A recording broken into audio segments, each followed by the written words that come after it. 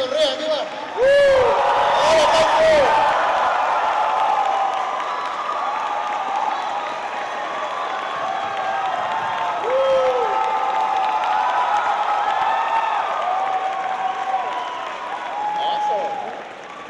So just tell us a little bit, Victoria, about your roles you've been doing. First of all, everybody knows you from Teen Titans as Raven. And everybody loves that character. How do you bring that sentiment out? She's so dark, your darkness. I don't know what you're talking about. You know, when I had the audition for Raven, I was already playing. Does the mic sound okay? Okay. I was already playing Batgirl, and right with Mark Hamill and Kevin Conroy, beautiful. And I was doing another show called Extreme Ghostbusters, and I played Kylie. And another show where I was like Ingrid, or it was another show where I was like playing kind of like a depressed teenage girl. And I was like, what am I gonna do to make her different? And when I went into the audition, I sort of did my own voice, and my own voice is the closest to Batgirl, I think I do. And I left, and as I was leaving, I said to the director, Andrea Romano, who is an amazing director, I said, can I try one more thing? And I just had this idea to have this roll in my throat whenever I say anything, and that's what booked the job. Wow. Also, we know you from the Injustice series and the Batman Arkham series as Harley Quinn, and that's very popular here in Puerto Rico, especially Injustice 2 that have just been released. Oh, you guys like Injustice 2? My kids like it. It's like the first time I'm really cool to my kids. You guys like Harley? I noticed yesterday she was the most posters everybody wanted. Everybody wanted Harley. You guys are so cute. And also, another big character you don't have done is, of course, from My Little Pony. Any My Little Pony fans here? Brownie fans? There are a couple of them. Spike? Where's Spike? Dear Princess Celestia, today I met the cutest fans in Puerto Rico. Spike? Yeah, everybody has been fan, and especially the series has given courage girls and between friendships, especially with the bullying situation. And it's been very special. I have my own daughter, loves her, My Little Pony, and I want to give us a little feedback of that character and how everybody has been related to that series. Well, you know, I first found out about the show from Lauren Faust, who created this version, and I worked with her on Powerpuff Girls, and I'm just as tough as Blossom and Buttercup.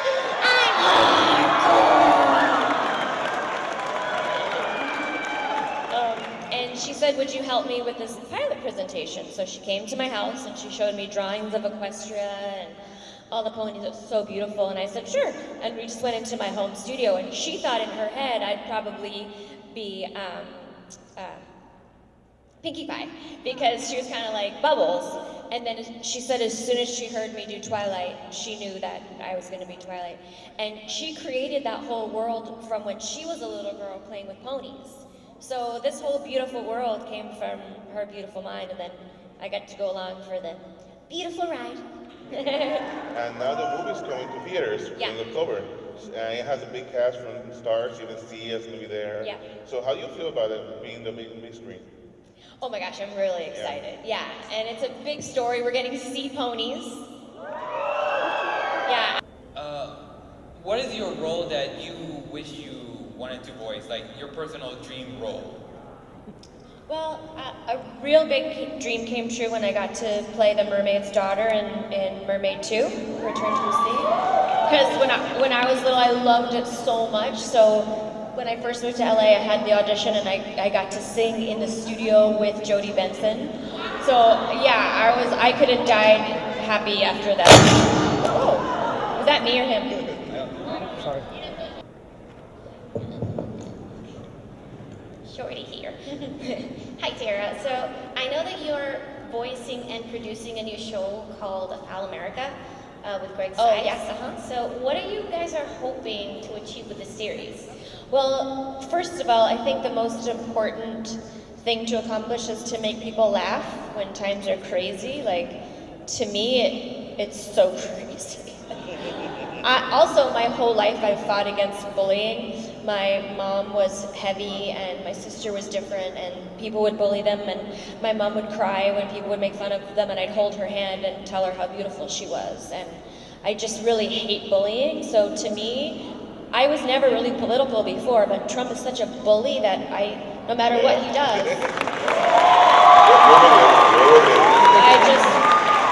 I can't stand him. He's a horrible person. He's horrible. So yeah, so I love the idea of making people laugh when we can. And Greg actually has a vision for the show to get us out of this mess. He's got a positive ending in his head for where he wants it to go. So it's so much fun. I hope it gets to go. And Eric Balza is so funny. What would happen if you put Melody, Princess Clara, and Twilight in the same room? Wow, I don't even think they speak the same language, those three. Wow, Twilight, Melody, and Clara. See, Twilight and Melody would get along. I think Clara would probably say something very inappropriate to the children. Especially two. Yeah, if two was there, that'd be even worse. It'd be interesting. So, I have two things. One question and a very special message. My question is, what would you recommend to an aspiring voice actor? Because that's the profession I want to pursue as well. So I hear this a lot, and I think it's only fair to tell people that it's very, very hard to break in, because I get really angry when I see companies charging hopeful actors for auditions. Have you seen this? I have. I don't know one person in my field that got where they got because they paid to audition. So never ever pay to audition. And if someone promises you that they can get you work, that's not true. It's not how it works. So I always tell people to start to take as many acting classes as you can. Take scene study, take improv classes, take singing lessons to learn what your voice can do. And then after that, try to take a voiceover class if there's one near you that has a microphone so you can get the experience. And then you can make a demo tape with somebody really good. And a good way to see what's current, what new demo tapes should sound like, if you go on to like the top, let's say 3 or 4 agencies in Los Angeles for voiceover, they have lists of demos of their actors.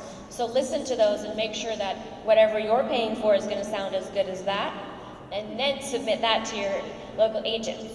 And then, good luck. Yes, good luck. On behalf of all the people of Puerto Rico, thank you for gracing us with your presence, dear Harley. You're welcome, bud.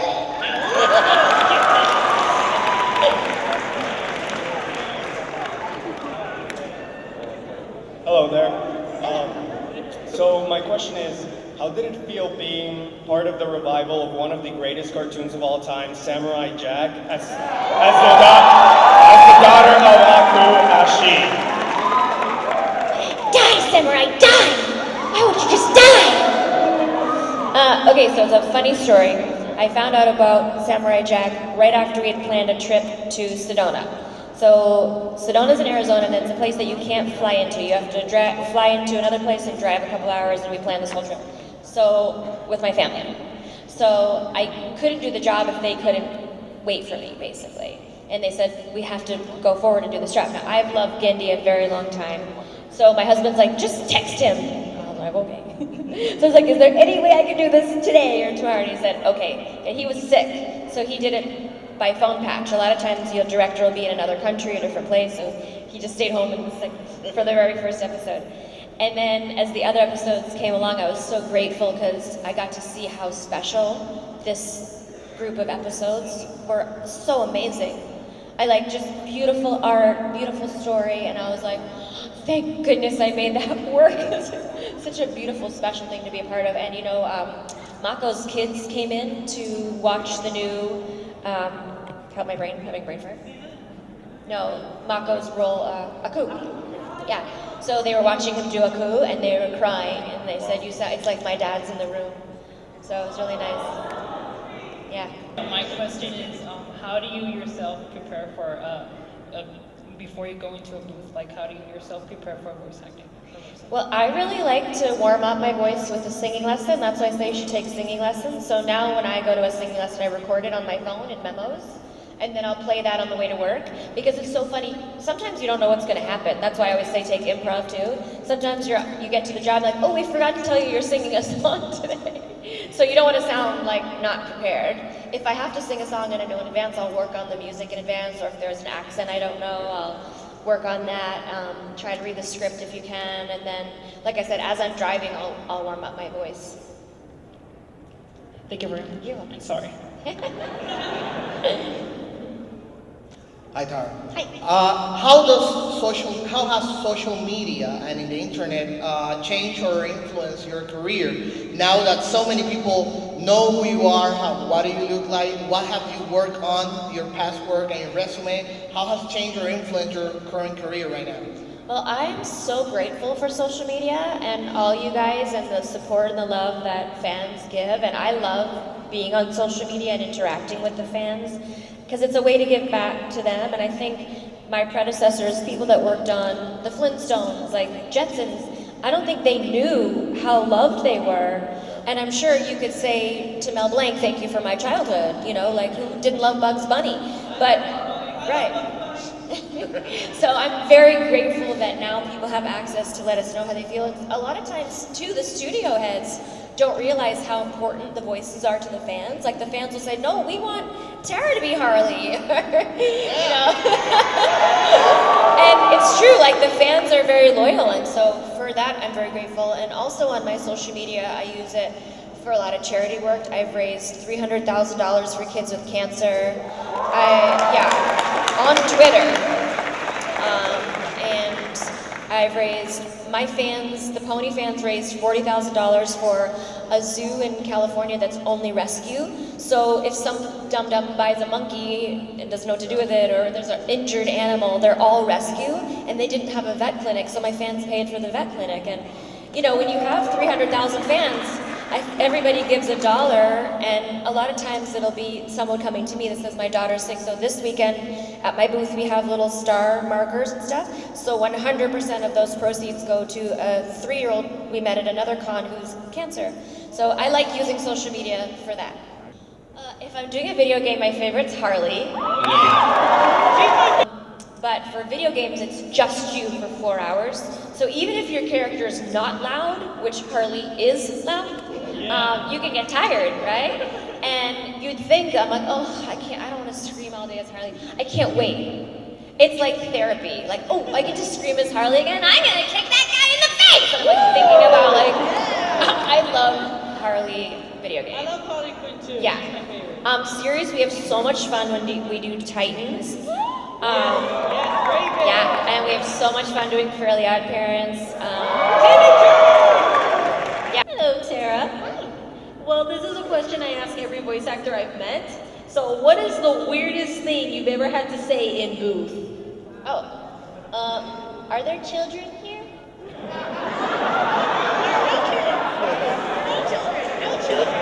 My daughter there. Okay, it's not that bad. It's just weird. So I was doing a video game called Tekkaman Blade, and the girls are like these beautiful Asian goddesses. I don't know, they're just gorgeous girls. And the translation was really strange. Like some things in Japanese doesn't sound normal in English. And there was a scene where my character, like the animation was like this. About the party in your pants? I can't come. I'm sorry!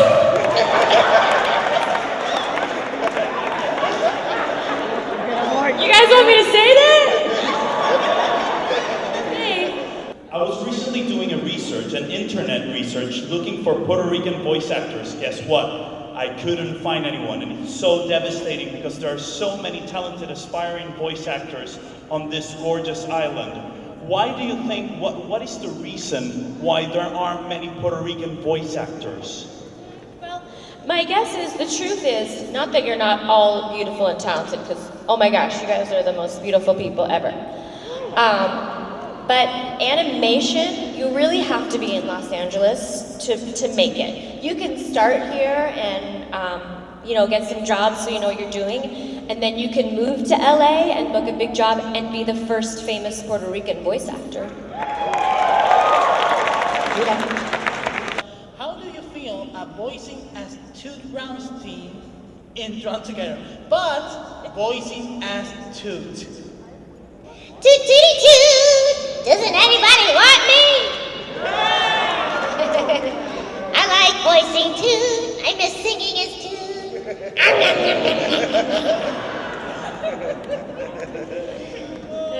That was fun. I missed that show. Hello, Tara. Good to see you again. I asked this question a lot to other voice actors too. I need you to think of 2 characters you've portrayed over the years. If you had the ability to bring 2 of these characters into real life so they could be your best friends and hang out and stuff, who would they be and why? That's a crazy question. Crazy answer. I wish I had Jimmy here so I could borrow his fairies. And gosh, would I get sick of Harley? I mean, if she was shouting in my ear all day. Maybe I'll hang with Raven. She can just spells. Who would yours be? Probably Raven, definitely Raven. And Batgirl, definitely Batgirl. Okay. You like the dark women? Yes. Hi, Tara. Hang on, give me a minute. Last week was the Samurai Jack finale. What are your thoughts on your character's death? Oh, it's so sad, right? I will say that the fans online have been really, really cute. Nobody be mad at him, it's all online.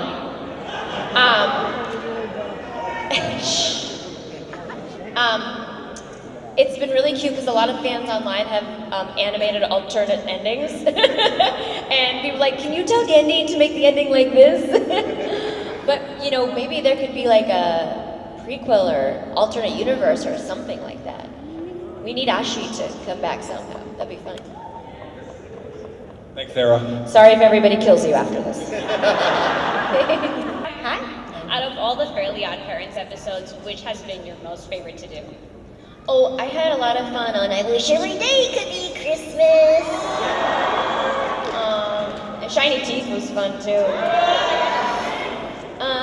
I like so many. I mean, that was such a fun show. It's such a fun show to do. We have so much fun. And when you're doing a voiceover job, they book you for up to 4 hours. And sometimes you get out a little bit early. Depends if there's pickups from another show or if they have a bigger script. Fairly Odd Parents, we're so fast. We do an entire episode in like half an hour. It's crazy. We just off each other so fast. Yeah. But that was a very fun show to do. It's my favorite show as well. Thank you. Oh, thanks. Hello, Tara. Hello.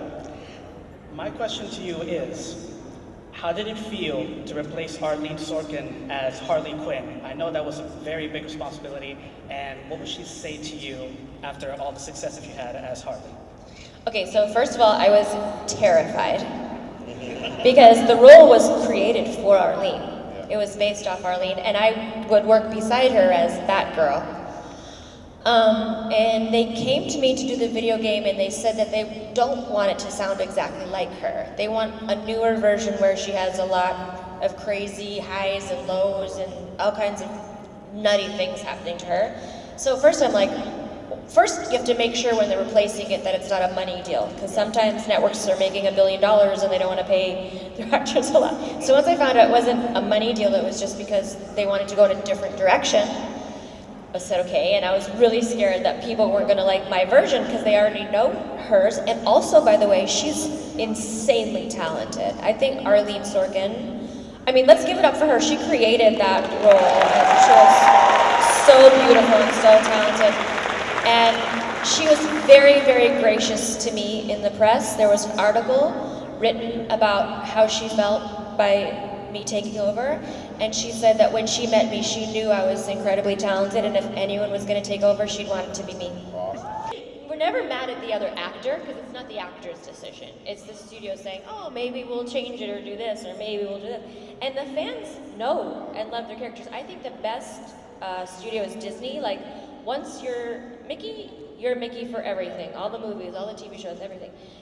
Once you're any of those main characters, you do everything. But some of the other networks just mix it up sometimes. And for a voice actor, it's never because of money. Like, most voice actors start a new show at scale. Scale is the base rate. Nobody says, I'm not gonna do that show unless you give me $10,000. That's not how voice actors are. They're always like, okay, I'll do that for scale. So whenever we're replaced, we get kind of sad. Hi, Tara. Hi. It's an honor to actually meet you in person. Thank you. My question is, on your entire field of voice acting, has there ever been a role that you regretted your whole life? Regretted? No, I don't think so. I don't think so. Everything I do is just amazing. Yeah, I mean, I've been so lucky with all the jobs I've booked, like Batgirl, Harley, Powerpuff Girls, Raven, like, well, I was born under a horseshoe or something, I don't know. But I will say this, like I said in the last question, I'm really grateful that they kept us all together. Yeah. It's the original cast. And it's nice that we can do something funny and something serious, and I hope they bring back season 6. We actually have so much fun doing Teen Titans Go. We laugh the entire time. And I said, I don't care if they do Teen Titans on Ice, I'll be in the show, right? I'll always do it, but hopefully they'll still do a season 6 version too, that'd be great. Did you see the episode where they made fun of all the fans that want to see season 6? And they put the ponies in for me. They did that for me. They did that for you guys. On a huge building, so that was really fun. And in terms of a con, I don't know if you guys saw the footage of last year's BronyCon, but there was a little girl, well, not little girl, she's like 15 years old, and she was in a hospital for depression, and she was contemplating suicide, and it was because some kids at school beat her up for liking My Little Pony, beat her very badly. And so her sister called my agent to say maybe a message to her would make her feel better. So I friended her on Facebook and Twitter, and I sent her a little recording in my studio to say that bullies are dumb or whatever, and Just know that Twilight's always your friend, and those people are gonna be nothing while you're a big studio head one day, so just ignore them, whatever I said. And so apparently that made her very happy. And then 3 months later, I checked on her again, and her sister said she's not doing very well. I don't know if there's any ideas you have, and I said, bring her to BronyCon, because then she'll be with her people, right? Because bullies can't survive if you're standing beside people, right? So the sister said, well, I don't know if we can afford it. They live in Brussels. The hospital wouldn't release without her mother, and Emma didn't want to go without her sister. So I told her to do a GoFundMe campaign, and my fans raised $3,000 in 3 days for her. And so they flew her to BronyCon, and the first time I met her was at a panel like this, and I said thank you to all the fans who paid for Emma to get here and get up on stage, and she didn't know. She was shaking and hugging me, and everybody was clapping for her, and it was like everybody gave her a big hug, and to this day, like, her mom and her sister said you saved her life, like, to feel that love. So that was a really special. Thank you, Tara. You're super cool. Hi, Tara. Hi, thanks for the photo op yesterday. This is from someone who suffers from severe depression and OCD. I like to ask this question for Raven. How do you handle depression, rejection, and OCD, ADHD, so many defects, and how do you keep control from people shunning you and insulting you because you're into cosplay or you're into Tim Burton and you're just like being weird and you behave in such a way that normal people wouldn't see, and they look at you and they see you as this freak and push people away? I'd like to ask Raven, for she was the one who has helped me control myself more than my medication. How do I stay strong and not break down? So you want me to answer that as Raven? Okay, first of all, what's normal?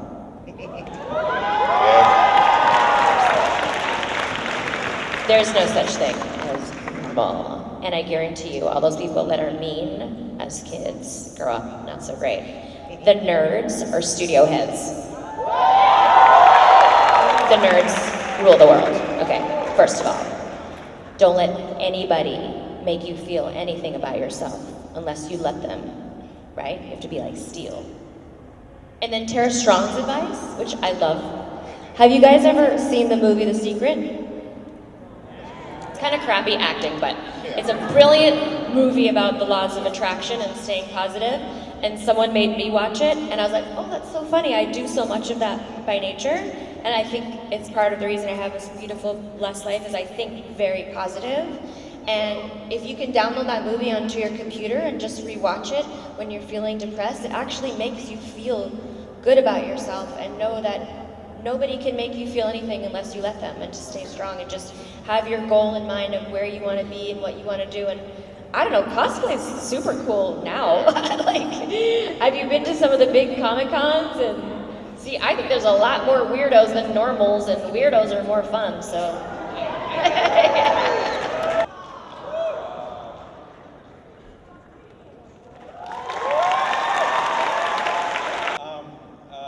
What makes you keep going? What keeps that motor of yours running every time you get up and you have to do something?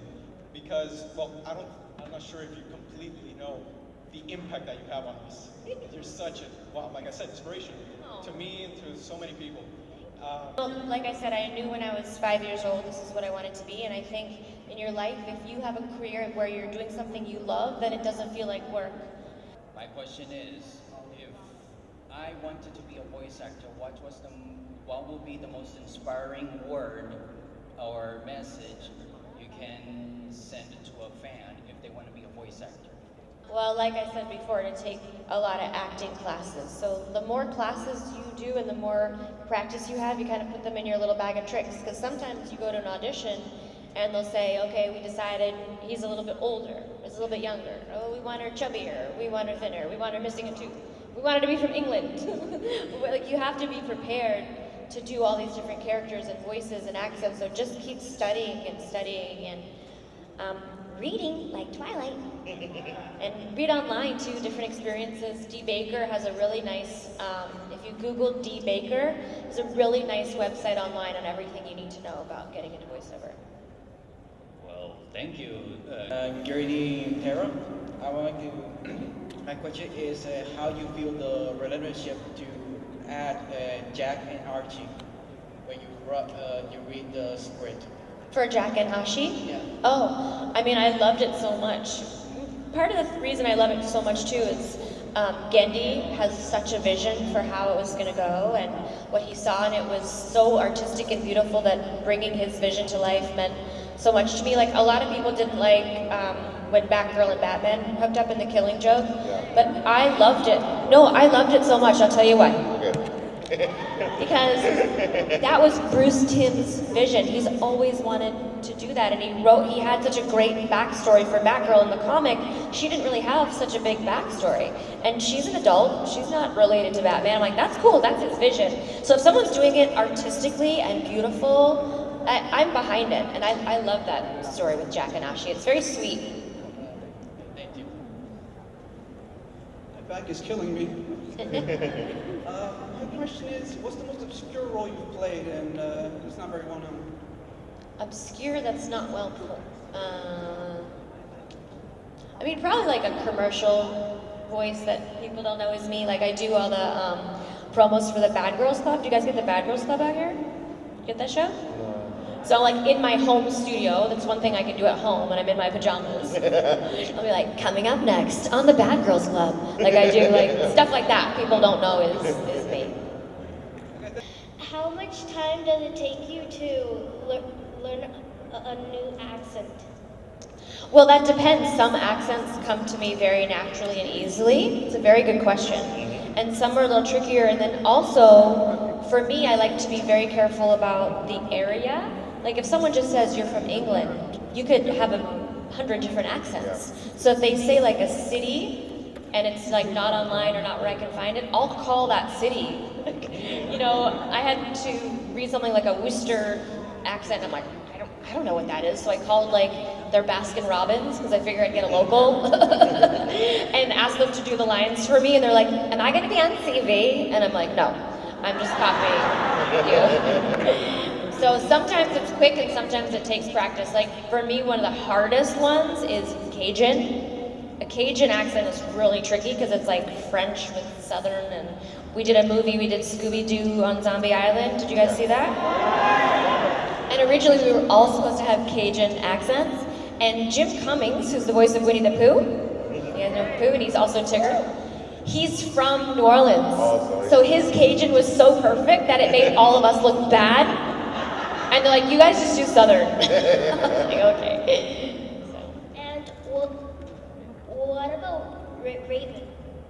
Was that hard, you mean? No, that's very easy. Probably too easy. Whatever. Thanks for asking the question. Good question.